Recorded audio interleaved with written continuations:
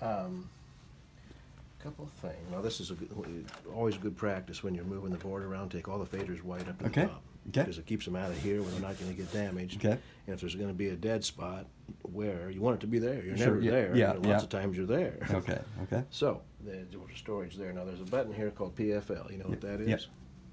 No. Okay. That's really important. So basically, you're going to set up. You can start with your faders down. Okay, what this PFL stands for is pre-fade listen. So it's going to listen to this channel before the fader. So even though this is off, you're going to see it. Okay. So when you push PFL, this channel appears on the meters. Okay. And it also appears in the headphones. Okay. So you don't need to listen to it. But what you do with the meters, so you go PFL on this, say this is your vocal mic, check 1, 2, test, test, test. You set this whatever it takes to go to 0. Okay. Okay. Then you turn yours off and you go to the next singer, and he sings really loud. Okay. So you don't have to turn up as much Okay. to get him to 0. Okay. Okay, and somebody might need more than that. Okay. So you turn, this is just setting up the channel. So this gain trim, you're just setting up whatever's coming in to the levels of the board. Okay. And bass guitar, kick drum, everything, you do the same thing. Up to 0. And then, like magic, when you set these up around 0, everything's kind of a good balance. Okay. Okay, so you're never going to be down here or anything. Okay. So you do that on each one. Okay. And that's, you're just presetting it. Once that's done, they stay. Okay. You're done. You do have a 100 hertz low cut filter. Okay. Okay.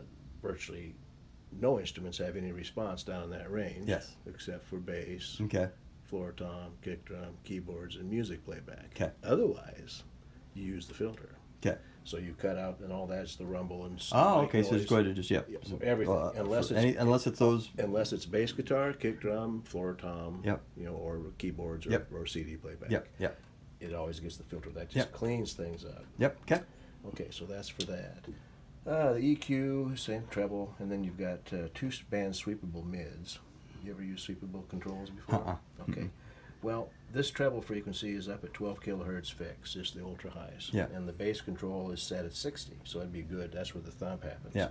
These middle ones can be any frequency you want. Yeah. So right now, this is set all the way here is 400 hertz. Yep. So this is going to boost or cut it around 400. Gotcha.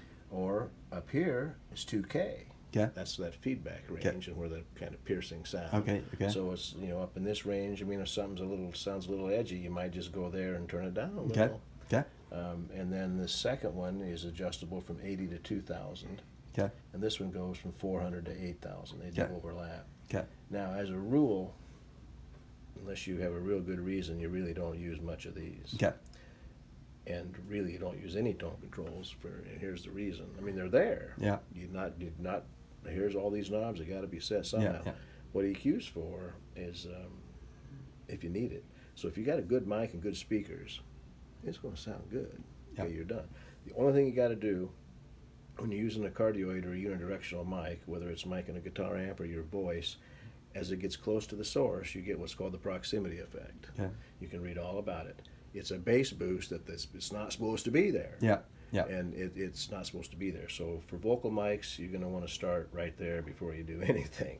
And just kind of, because you know they're vocal mics, you're going to be singing in them, so you're going to get that done. It's a technical adjustment. Gotcha. Okay, test 1, 2. Yeah. And then the other thing is on instruments, even guitar and bass and things, you want to cut the bass on about everything. Whether you're making a recording or you're doing live sound. Okay. And here's why. If you try to make the vocals have a big giant chest, test 1, 2, well, that sounds really full, sounds good, okay. And you do that to the guitars and the bass and everything else, you got so much low end in the mix, that's why it sounds muddy. Okay. Okay. Gotcha. And believe me, the rule is you cut the bass on everything, including the bass. Okay. And you make room for the low end. Okay. So then, but the bass you're going to want to have, you know, some tone and stuff. But the thing is, and if you just play the guitar separately, you might go, "Boy, that sounds kind of thin." Yeah. Leave it, because when you bring the bass in and the kick drum and things, that's going to fill the low end space with those instruments. They'll be clear. The guitar is going to sound fine. Okay. Okay. So you don't want to overdo the bass EQ. In fact, leave room for the bass keyboards and kick drum and bass. Otherwise, it all stacks up and you get way too much low end. Okay. You have 2 effects sends. You have 2 effects. There's a dual effect unit, so you can have reverb and delay or whatever you want on either of them. Okay. Are you the lead singer, by chance? No, I don't get those. I do very little backup. That's all. Okay. Yeah. Well, basically, you can do it two ways. You can have two different effects, reverb and delay, for example. So you can adjust the amount of delay and the amount of reverb. Or, if the lead singer wants his own effects for him, Yeah. the rest of you guys share this one. Yeah. Okay. Oh, I got you. Okay. So I got there's you. two Okay. separate effects units in this, Okay. and then they're right here. Okay. And there are limiters on the first 6 channels. Typically, that's where you put your voice. So you just turn them on, and they'll limit any loud type of So things. those are the DBX limiters I saw. DBX limiters, Okay, yeah. so now I saw some review said that it was keen for drums. I mean, is that yes, no, maybe? Oh, or you just, can, yeah, okay. you can use whatever you want. They're just it's just a limiter, and they don't put them on they don't put them on everything because they got to stop somewhere. Okay. This has got plenty of features. Yeah. And then you do have normally this line input is a medium impedance. If you want to plug your acoustic guitar or your electric guitar direct in, push the high Z button. Gotcha. That makes it high Z like an amplifier. Yeah. And then there's also a limiter. Oh, you got limiters on the 8 channels. Okay, yeah. So you could put your vocals here and then put your snare drum or whatever you want on the drums. Okay. And then these 4 channels have the high Z. Okay, so you can select. Normally they're just normal lines. Okay. And so you got 14 mono channels. And 15 and 16 can be mics as well, but they're also stereo channels. Okay. So you got mic or stereo lines. Okay. And then you've got 19 and 20 and 22 are stereo channels dedicated that just have gain, bass, mid, and treble. So they're just line only. So you got up to 16 mics and 2 stereo, or 14 mic and 4 stereo, whatever you want. You know about pre and post, what that's about? Go ahead and give it to me. Yeah. When you have them set at pre, that means it's the auxiliary sends are pre-fader. So for monitors, you want them to be pre-fader. So as you turn this up and down for the front house mix, you're not changing the levels on stage. So they're pre. Effects are going to be post. These are post, but you can make these post too. Okay. And that is like the reverb. When you turn the main down in the house, the reverb follows it. Gotcha. Okay. So you can select all these auxiliaries can be global pre or post. So if you're going to use these for monitors, you're going to want them pre. Yep. And auxiliary 4 and 5, you're going to be using them as an effect. So you need to have them be post. Okay. You can use these as more monitors too and not use the effects. These are available just as a separate aux out mix as well. But you're going to use them probably with effects. So these have to be post. If not, if you have them pre and you got a reverb on and you turn this off, you're left with only the reverb.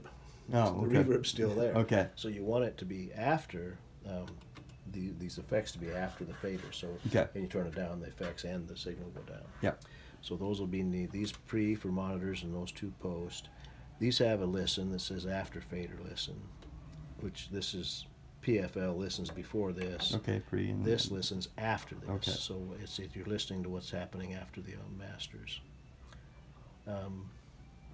You'll notice there's a little tick mark there. Okay. See that? Yep. That's the nominal position for a rotary level control. Okay. And all of them are going to be pretty much around there. Okay. And when they're all set there and this gain trim is set right, the signals leaving the board are just right to continue on into an amp or a powered speaker with the level control set at about 2 o'clock also. Okay. So that's what that heavy mark is for. And then here there's a heavy mark is 0. So that's where you're going to be starting your mixing. 10 dB is twice as loud. You're not going to need there. And then when you're all here, then you've got a nice range from here to here.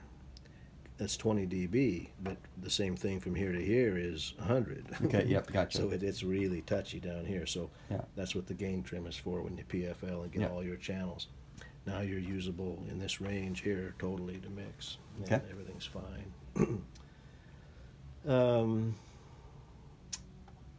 Pan pots, mute. Now you got some assign switches here. And what that's for, when you set all these to master,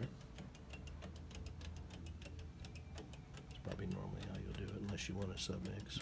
Okay, all these faders now are going direct to the master fader. Okay. Yep.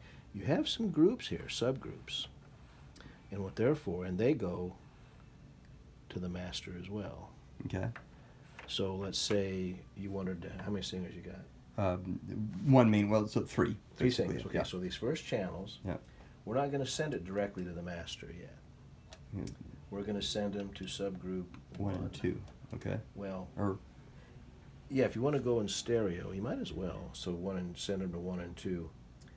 So these are not going to go here yet. They're going to go here. So these 3 channels go here, and then they go to here. gotcha. So this is vocals only. Okay. So if we just wanted to boost the vocals, then we could just pop that. And, Overall, that's the vocal master. Yeah. Okay. And then these are going to be individual guitars, and they are Yeah. going to go straight here. Okay. You have a lot of keyboards. No keys. It's just really just 2 guitars and bass and drums. Good. Yeah. Good old-fashioned rock. Simple. Yeah. That's Yeah. what we yeah, used to do. Yeah. Are you going to multi-mic the drums? Yes. Okay, same thing, except you're going to send the drums, all the drum mics, to 3 and 4. Okay. Okay, so here's your drum mix. Here's overall drums. Okay. And you might as well go in stereo. And you don't really want to mix stereo like you would in a recording, where some things are going to be pretty far right and left. Yeah. You just wanted to give it a little space, so your 3 vocal mics just a little bit. Oh, okay. It's All right. not going to be obviously somebody coming Yeah, from the speaker, yeah. but it's not the same. Yeah. Okay. And it's going to give space Okay. to the sound. Oh, okay. Stereo keyboards, you wouldn't really want to go hard right and left, but if we don't have keyboards. Yeah, no never mind. keys. But if you did So- have keys, So we could have one guitar maybe just to the left and one guitar a little right as well. a too, little yeah. bit, yeah. And Okay. same thing with the drums, Yeah, just yeah. give them a little space. Okay. And now the effects are going to be full stereo, and that's going to be good. If you did have stereo keys, you wouldn't run him stereo left and right, but you might run him stereo from center to right. So instead of the keyboards, Oh, okay. the keyboards are stereo on Yeah. his side of the Yeah. stage. Yeah. Okay. Okay. I mean, still stereo. Okay. But otherwise, and then you go. Do you have powered monitors or powered speakers? Or are you going to power Actually, amps? we've got the guys are all doing in ear, and then Okay. me, I've just got a little Fender monitor. And then, Yeah. then the mains though are stereo powered speakers.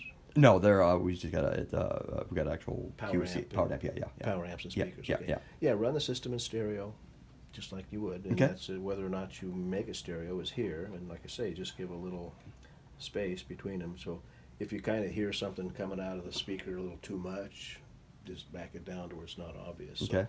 and you'll have good sound. Do you have subwoofers? Not at this point. Okay. We may invest in Now, some. there's something you can do with subwoofers. It's a kind of advanced. Okay. And instead of having the subwoofers come out of the left-right main, you're going to take the subs out of the auxiliary 3. Okay. Okay, kind of like these filters.